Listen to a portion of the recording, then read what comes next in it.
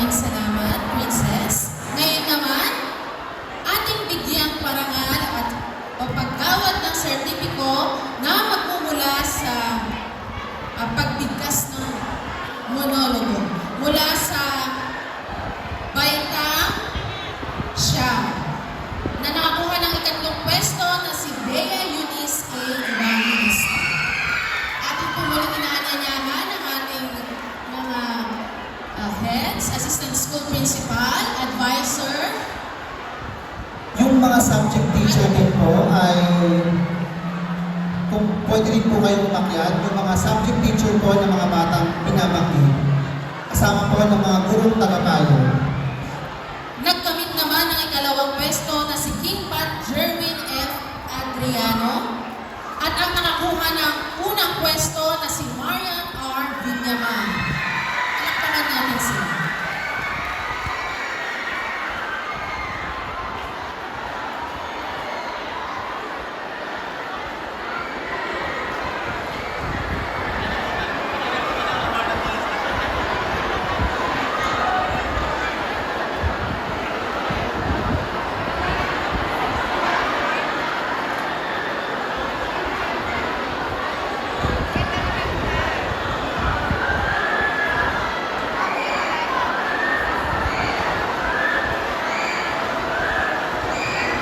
Ngayon naman ay sabay-sabay tayong bumilib sa husay sa pagbigkas ng monologo ni Marian R.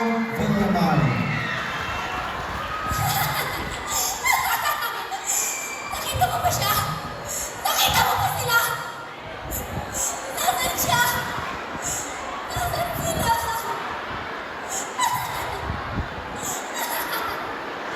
Alam niyo, masaya ang pamumuhay namin ni Inay. Kahit hindi kami nakatira sa malabalas yung bahay. Dati pa, kahit hindi kami nakatira sa malabalas yung bahay. Dati nagtatrabaho si Inay kila Mayor, pero umalis siya nang malaman niyang si Mayor ang pinuno ng sindikato na ipinagbabawal na gamot. Mahal na mahal ako ni Inay, at gayon din ako sa kanya. Sabi ko kay Inay, magiging abogada ako balang araw. Ako ang siyang magtatanggol sa mga taong inaapi. Sabi ni Inay, mahirap lamang daw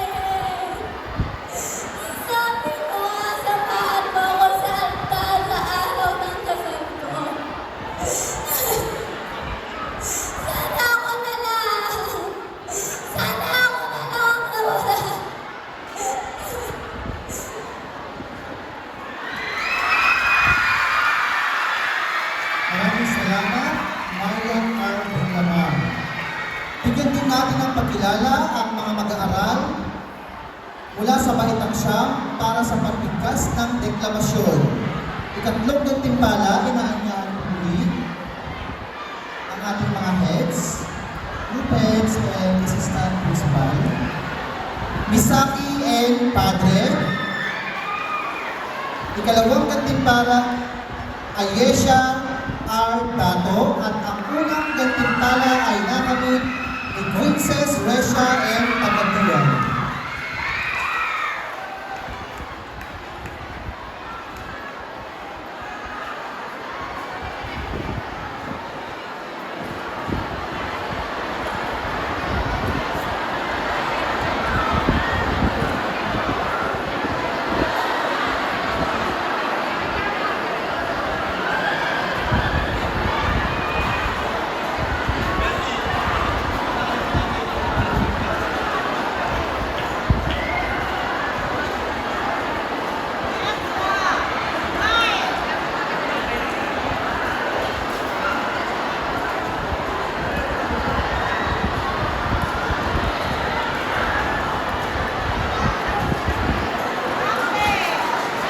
Muli tunghayan natin para sa pagpapakitang gilas, si Princess Resha M. Pagaduan.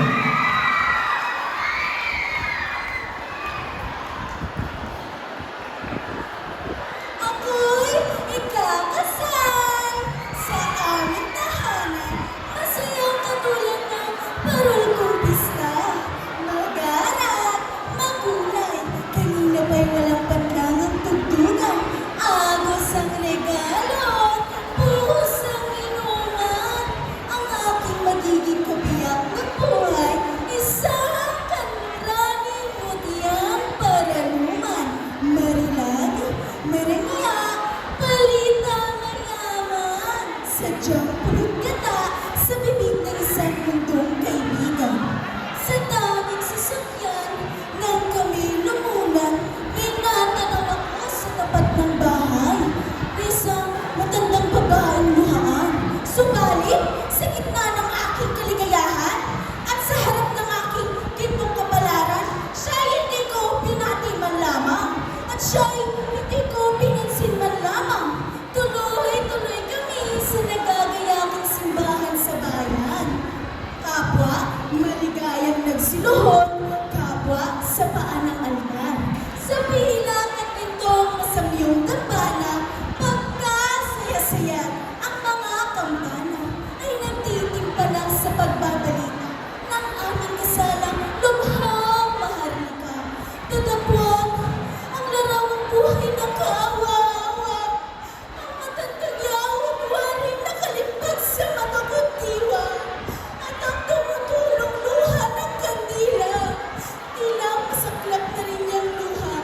Gayunman, sa piling ng kahanga-hanga at sakdan ng kaisang puso ko'y walang bahala. Ang pagkabalisa at ang aking budi taglit pinayapa. Natapos ang kasal, maligayang bati, birong maka. At saboy ng bigas ang tinanggap namin pagbaba sa altar. Nang mga sandaling pasakay na kami sa aming sasakyan, ay may aligasgas akong napakinggan at aking natanaw. Yaunting matanda ang higit ng taong hindi magkamayaw. Ako'y tinulak ng iwagang lakas na hindi mapigilan. At siya'y aking kinabitan. Sa matay na bahay na lang ng luha. Lusang kalungkutan. Masuyong na ngiti. Mahamong tiguran. Magsumulong bahala. Ako ang pinagsalit kanilaran. At ang walang palad ay namalungay-ay. At ang aking agad ay wala na ang buhay. Sa nanginginig ko, bisig din namatay. Ina! Ina!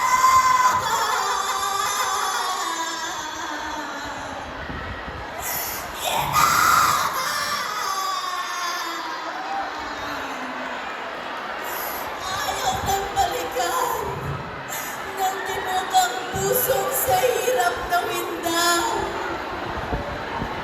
Kahit dinilig ko na ng saganang luha ang kawawang bangkay. Noon ko natanong ang ina ko ang mahal. Ang inang wika ko sa akin nagbigay ng lahat kong muni, mangarap at dagal. Subalit tinikis sa gitna ng aking ginhawang tagumpay. At nanda'y puluming lumaboy sa labis na karalitan. Nang ako'y sa ibang mapalat magmahal. Nang ako'y tuluyang ipakasal. Sa wikang dayuhan, inang wika ni Amado V. Hernandez. Palakpakan naman natin ang isang husay sa pagbigkas ng reklamasyon. Kung mapapansin natin ay puro mag-aaral lamang ang nakikita natin nagpe-perform. Ngayon naman, ating pong tinatawagan si Ginoong Edgardo Zuniga at binibining Wendy Carano para sa isang pampasindang buwan. Palakpakan natin siya.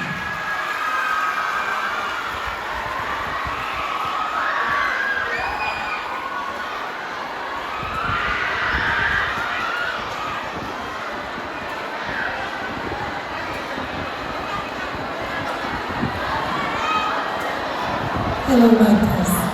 Happy birthday, Sir Romeo. Magandang umaga po sa inyong lahat. Sige.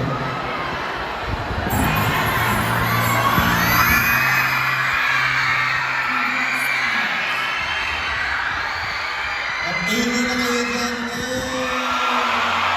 ang judgment kayo ha.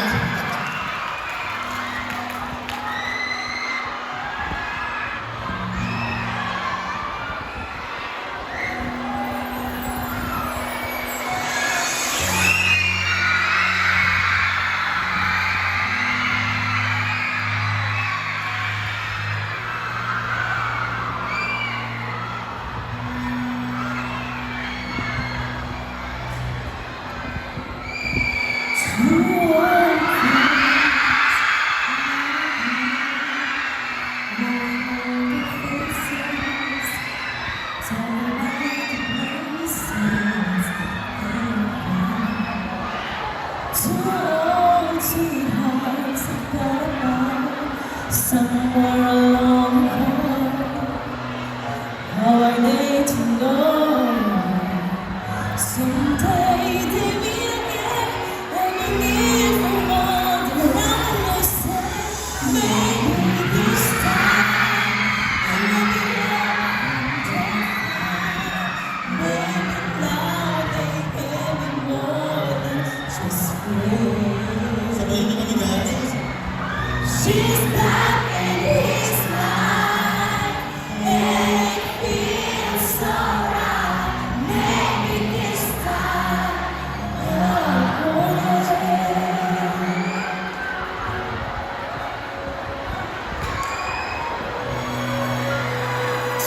It's the same old story.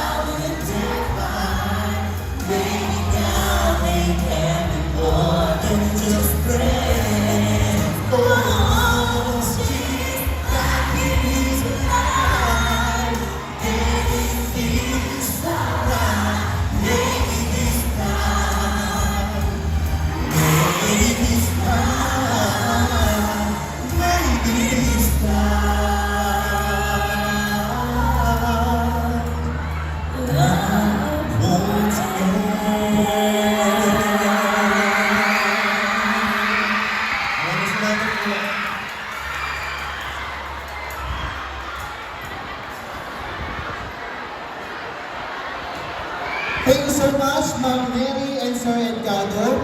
Siyempre, mga talentado ang mga guro sa Filipino Department. Hindi naman magpapakabot ang isa pa nating guro sa Filipino Department. Palakpakan po natin, Ma'am Cristina G. Cutaran.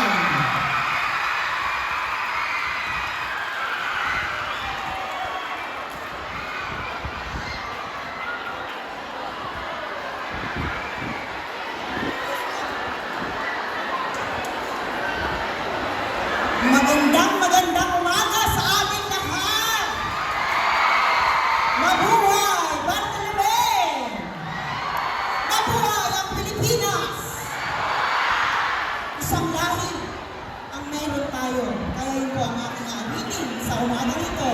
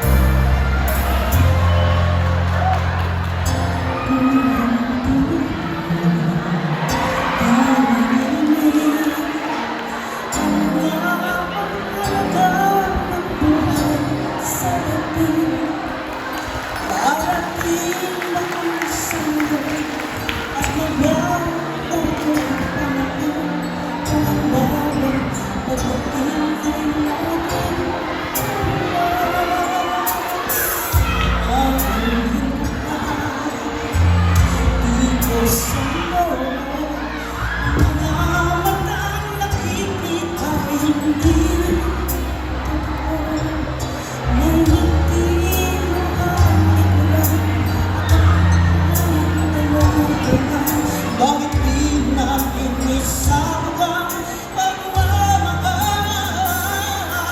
Sundan mo na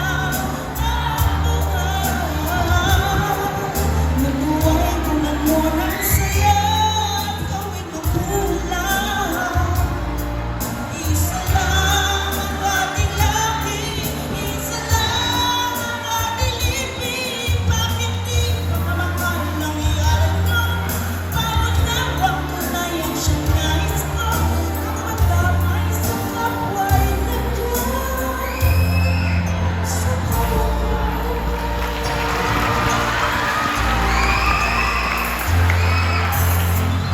Di ba ang kasi ay mayroong masalas pagkatapos ng iling maliwanag.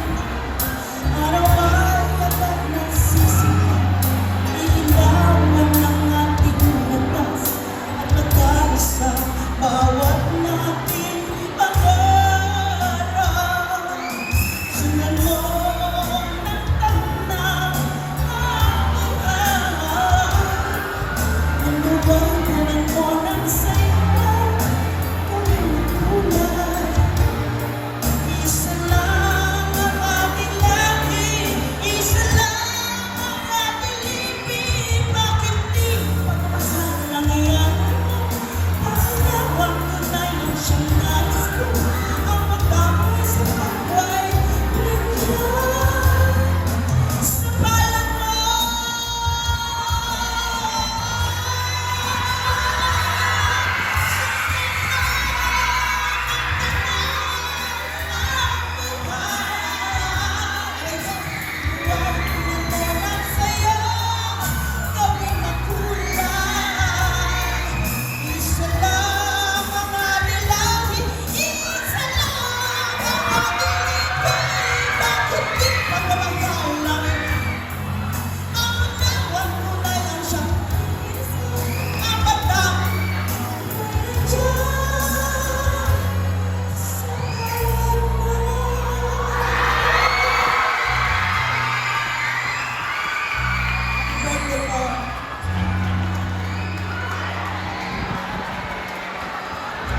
Napakahusay naman talaga, Ma'am Tina. Ayan. Kung meron lang sanang Teachers Division sa tawag ng tanghala, no? pambato natin ng mga yan, Ma'am Tina, Ma'am Mary, Sir Edgardo. Muli palakpakan natin ang mga talentadong guro mula sa Filipino Department.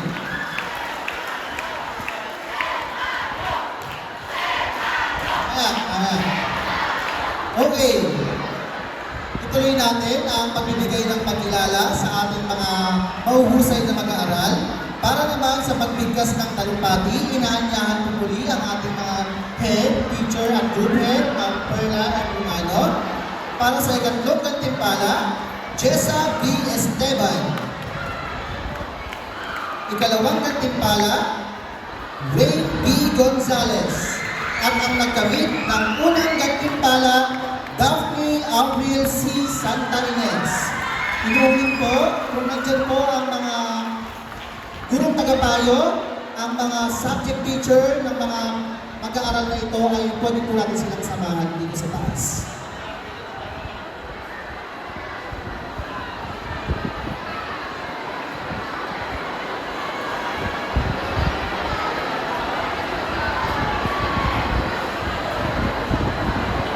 Pakinggan po natin ang talumpating bibigkasin ni Daphne Arvil C. Santa Ines. Palakpakan po natin siya.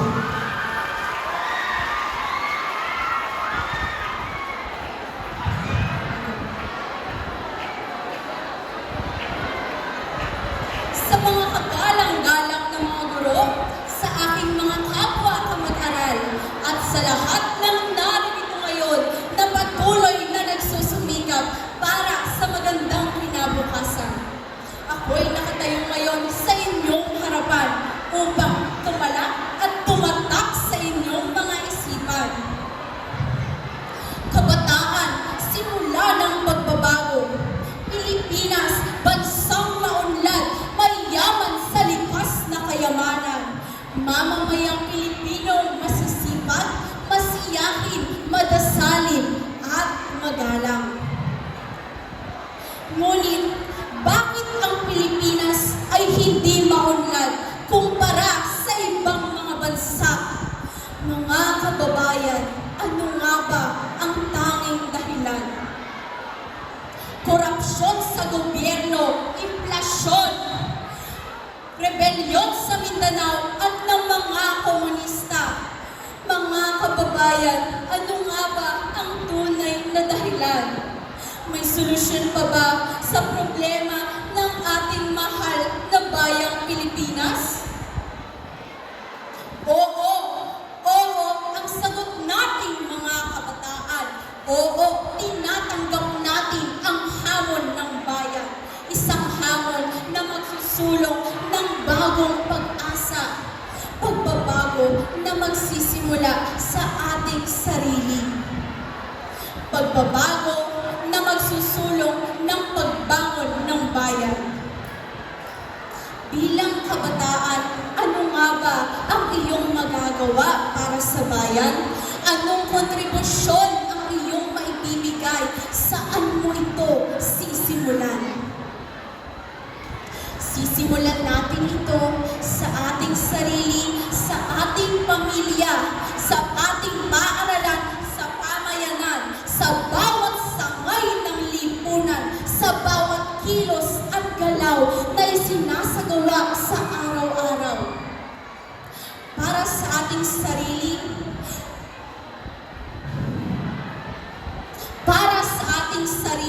disiplina ang kinakailangan. Gumawa ng mga bagay na kalugod-lugod sa mata ng tao, katanggap-tanggap sa paningin ng may kapal. May pakikisama, may malasakit, may pagpapakumbaba. Sa ating pamilya, paggalang at pagmamahal. Pahalagahan natin ang sinasabi ng ating mga magulang. Bigyan ng unawa ang ating mga kapatid. At bigyan ng sapat na panahon at oras ang ating mga mahal sa buhay. Sa ating paaralan naman, dedikasyon. Isipin na ang mabuting edukasyon ay ang puhunan sa pag-unlad ng sarili at ng bayan.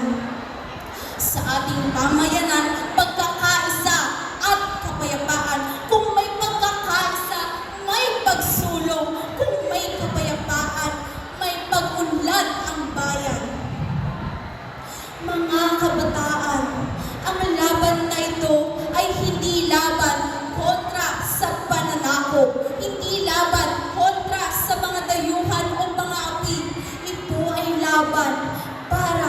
pagbabago. Tayong lahat ay magtulungan upang hubugin ang bagong Pilipino, ang bagong Pilipinas. Muli, ako si Daphne Arvin C. Santa Ines at laging tandaan na ang pagkakaisa ay ang susi sa pag-unlad ng ating bansa. Maraming salamat.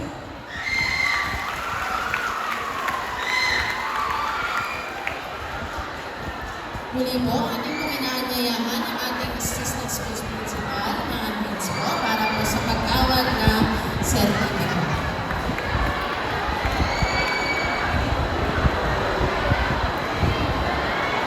Atin naman po igawan ang sertipiko ng pagkilala sa mga nagwagi sa paggawa ng poster.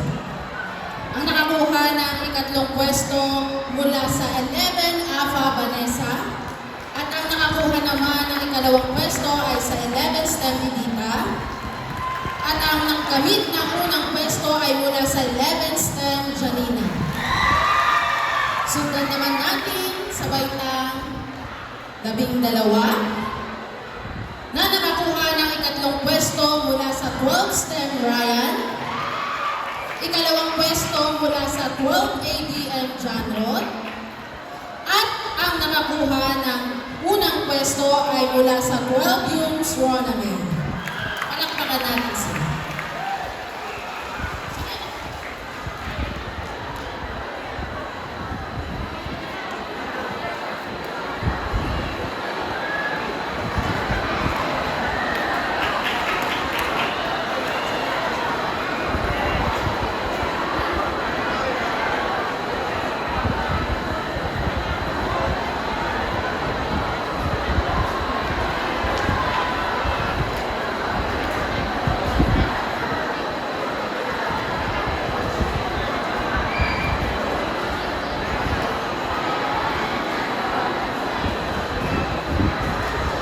Sa maramihang tinig po, pag tinawag po ang session, umakyat po ang mga mag-aaral kasama po ang kanilang gurong tagapayo.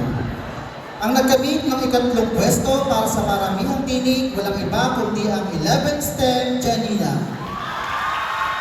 Sige po, Ma'am Janina, tara na po dito. Janina. 11 STEM Janina, akit na. Asan?